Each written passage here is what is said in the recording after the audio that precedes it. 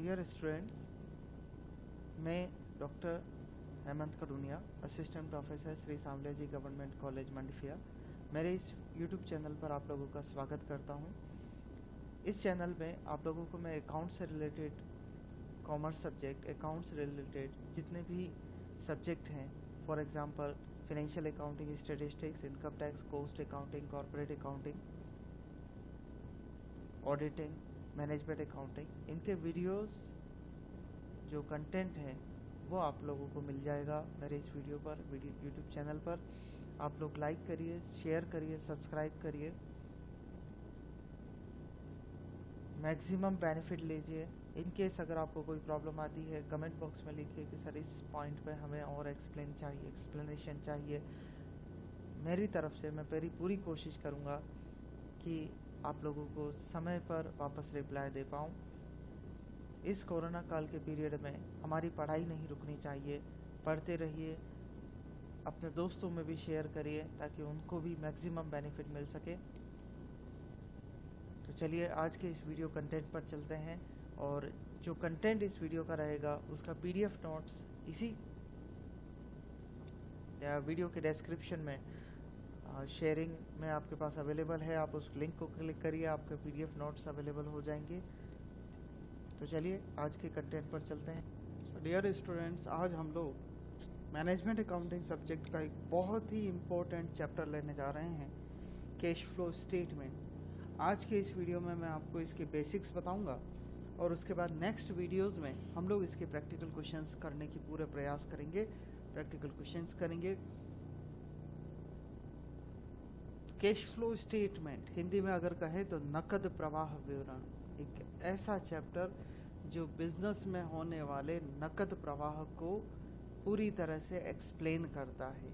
यह बताता है कि व्यवसाय में नकद का प्रवाह कौन कौन सी गतिविधियों से हो रहा है। तो चलिए स्टार्ट करते हैं हम लोग हमारे चैप्टर को।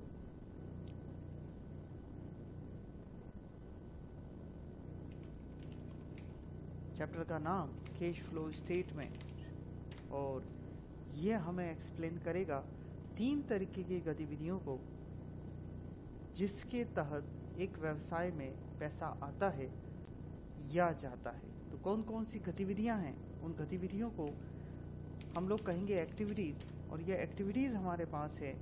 पहली एक्टिविटी है ऑपरेटिंग एक्टिविटी,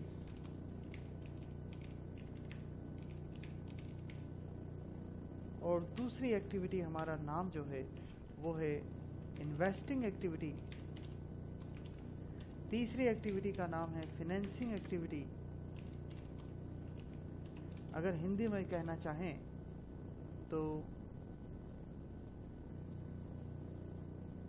संचालन गतिविधियां।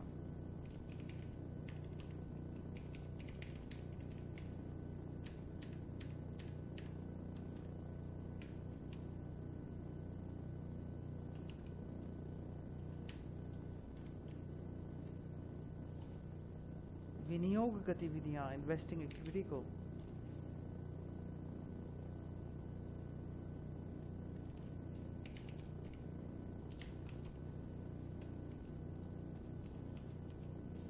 और वित्तीय गतिविधियां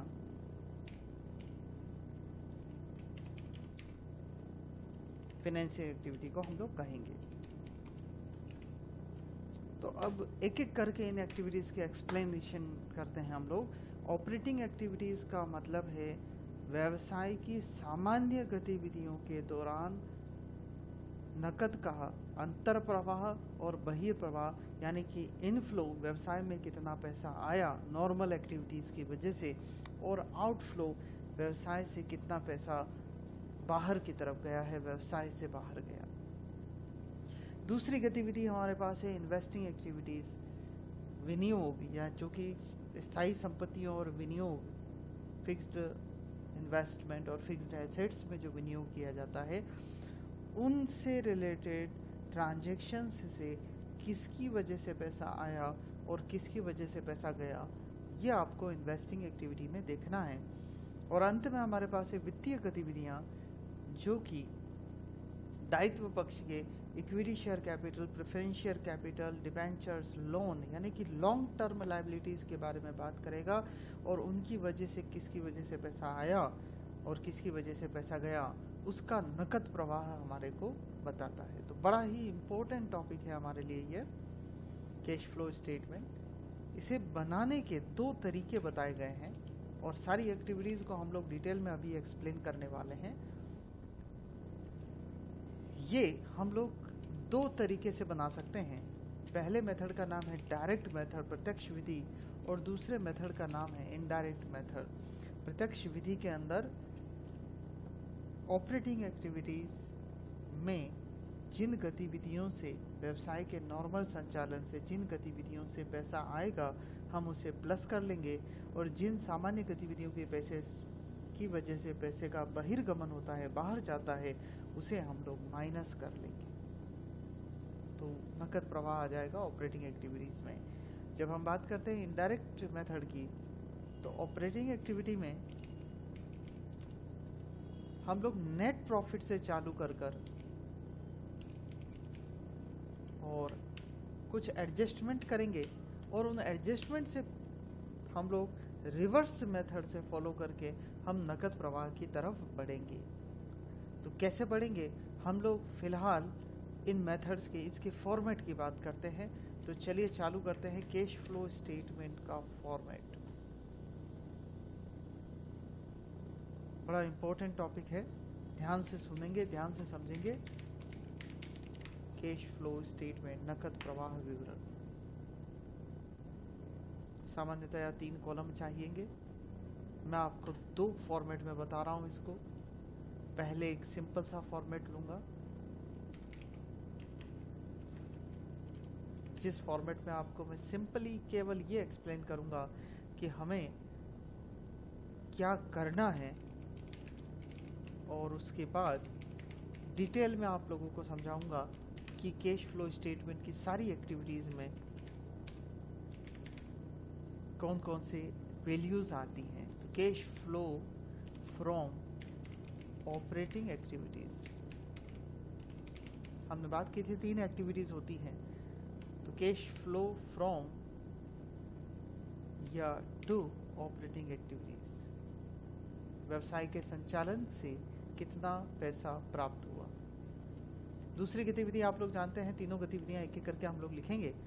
दूसरी गतिविधि आप लोग जानते हैं इन्वेस्टिंग एक्टिविटी है। तो जो अगली गतिविधि होगी वो हम लोग इन्वेस्टिंग एक्टिविटी लिख लेंगे। इसके बाद हमें तीसरी एक्टिविटी भी लिखनी है, जो कि है हमारी फाइनेंसिंग एक्टिविटी। 3 तरीके की गतिविधियां हमने लिख ली।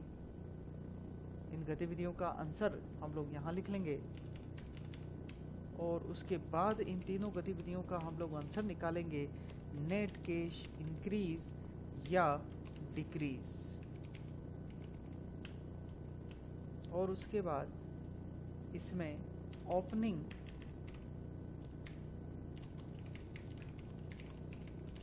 ओपनिंग बैलेंस ऑफ कैश और and cash equivalent.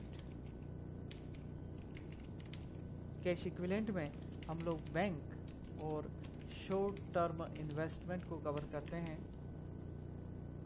Short term means marketable investment को कवर करते हैं, जो कि मार्केट में बेचने योग्य होते हैं।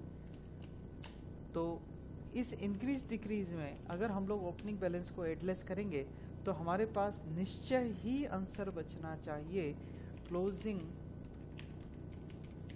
Balance of cash and cash equivalent. तो हमें 3 एक्टिविटीज़ का आंसर निकालना होगा और इन 3 एक्टिविटीज़ को जोड़कर नेट इंक्रीज और डिक्रीज निकालना है, और उसके बाद ओपनिंग कैश और क्लोजिंग कैश का अंतर कंपैरिजन आपस में करेंगे तो ये पता लग जाएगा कि वास्तव में नकद प्रवाह कितना हुआ है।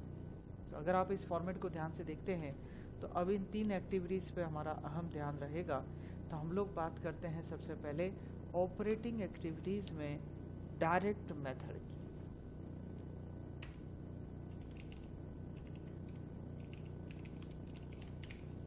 डायरेक्ट मेथड क्या कहता है?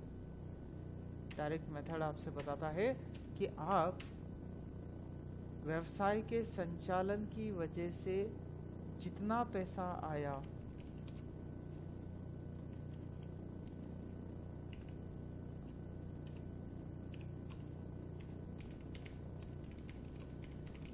उसे आप ऐड कर लीजिए।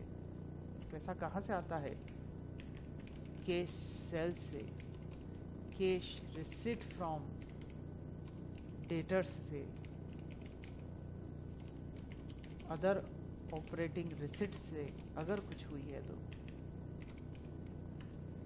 इनसे नकद प्रवाह आएगा, हम इसे प्लस करेंगे और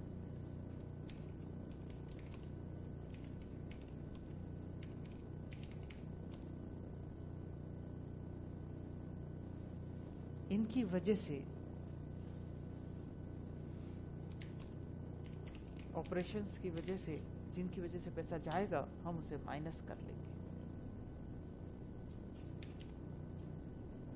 किसकी वजह से पैसा जाएगा सर? इसका उल्टा करिए ऊपर वाले का। कैश परचेज पैसा जाएगा, कैश पेड टू क्रेडिटर पैसा जाएगा,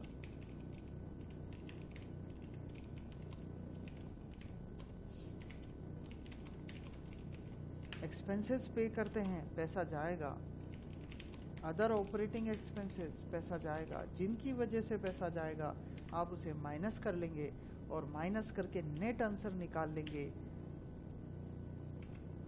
cash flow from operating activities.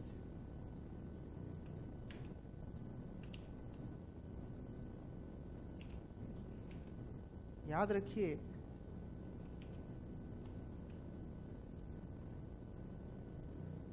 Operating activities में डायरेक्ट मेथड में प्लस माइनस करने के बाद अगर पॉजिटिव आंसर आएगा तो आप कहेंगे कैश फ्लो फ्रॉम, और अगर नेगेटिव आंसर आता है तो आप कहेंगे cash flow to operating activities. तो डायरेक्ट मेथड बच्चों ये हुआ। शॉर्ट में प्रैक्टिकल क्वेश्चन करते समय और अपन डिटेल में बात करेंगे। फिलहाल चलते हैं इनडायरेक्ट मेथड पर, उसे बहुत डिटेल में समझना पड़ेगा। तो चलिए चलते हैं इनडायरेक्ट मेथड पर, देखते हैं क्या कहता है।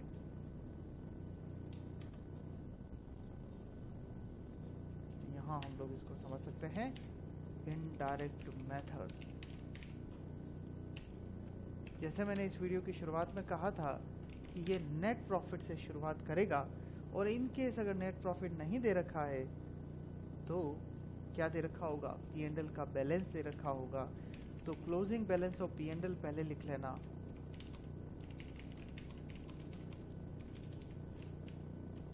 डिटेल कॉलम में लिखना, इसमें से opening balance of P&L minus कर लेना,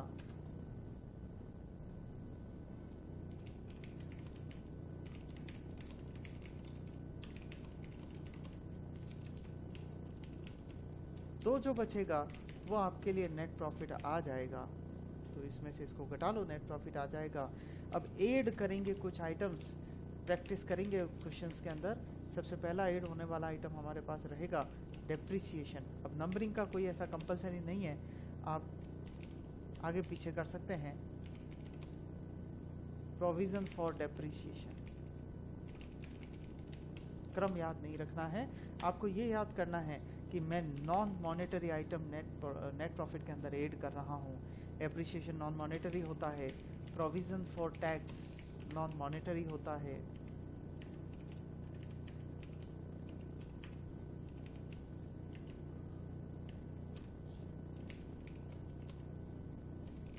प्रपोज्ड डिविडेंड करंट ईयर में अभी पे नहीं हुआ इसलिए नॉन मॉनेटरी होगा, क्योंकि वो फ्यूचर में पे होना है। और इसके बाद अगला जो ऐड होने वाला आइटम है वो है loss on sale of assets.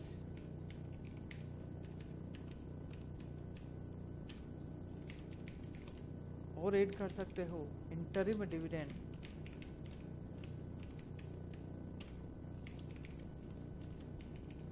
Goodwill written off non monetary item. और इसके बाद आप ऐड कर लो premium on redemption of preference share. तो इस तरह से ये हमारे आइटम्स ऐड हो जाएंगे। इन ऐड होने के बाद में कुछ मैं लेस होने वाले आइटम्स आपको बता रहा हूँ, उनको आप लेस करेंगे। पहला तो profit on sale of assets less कर देना।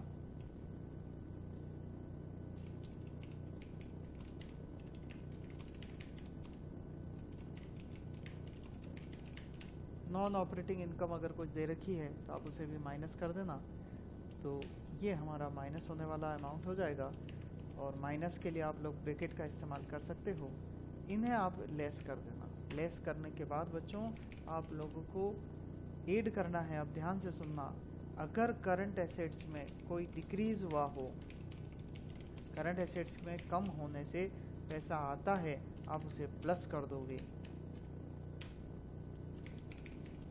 और increase in current assets, current liability,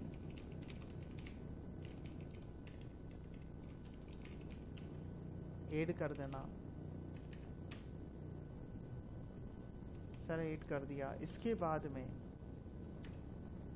इनके अपोजिट, अगर करंट एसेट्स बढ़ती है, पैसा जाएगा, आप लेस कर देना। और अगर करंट लायबिलिटी डिक्रीज होती है, मतलब आपने उसका पेमेंट कर दिया,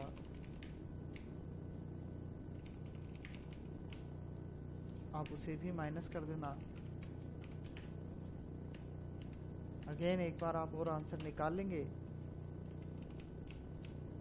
अब एक इम्पोर्टेंट बात, अगर क्वेश्चन में टैक्स पेड लिखा हुआ है तो वो यहाँ माइनस हो जाएगा, और माइनस होने के बाद अब हमारा पहला आंसर ऑपरेटिंग एक्टिविटीज़ का बाहर की तरफ चला जाएगा। यही आंसर हमारा होगा, कैश फ्लो फ्रॉम और टू ऑपरेटिंग एक्टिविटीज़, ये आउटर एरिया में चला जाएगा। तो आज के इस वीडियो में हम लोगों ने सीखा कैश फ्लो स्टेटमेंट में 3 गतिविधियां होती हैं, ऑपरेटिंग एक्टिविटी, इन्वेस्टिंग एक्टिविटी और फिनेंसिंग एक्टिविटी। उसके बाद हमने सीखा ऑपरेटिंग एक्टिविटी 2 तरीके से ज्ञात की जा सकती है, डायरेक्ट मेथड और इनडायरेक्ट मेथड। हमने कैश फ्लो स्टेटमेंट का फॉर्मेट बनाया, particular detail amount, cash flow operating activity के बारे में बात करी। ऑपरेटिंग एक्टिविटी जब डायरेक्ट मेथड से होगी तो हमें सिंपली याद करना है कैश इनफ्लो, जिसकी वजह से ऑपरेशन करने की वजह से, व्यवसाय के संचालन की वजह से जो इनफ्लो होगा हम उसे प्लस कर देंगे।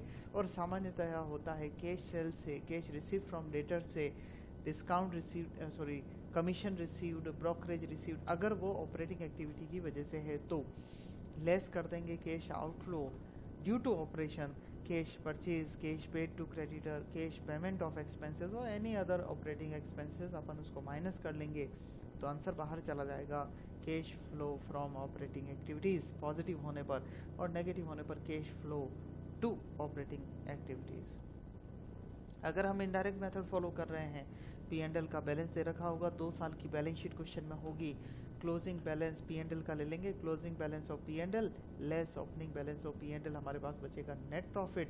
नेट प्रॉफिट में ऐड होने वाला आइटम है नॉन मॉनेटरी आइटम, जिनका पेमेंट अभी हमने नहीं किया है, फ्यूचर में भले ही कर लेंगे, अभी नहीं किया। ऐड करेंगे depreciation, provision for depreciation, provision for tax, proposed dividend, और लिस्ट में है loss on sale of assets, interim dividend, goodwill written off, premium on redemption of preference share. इसमें से लेस कर देंगे profit on sale of assets और non monetary, non operating income अगर कोई दे रखी हो तो।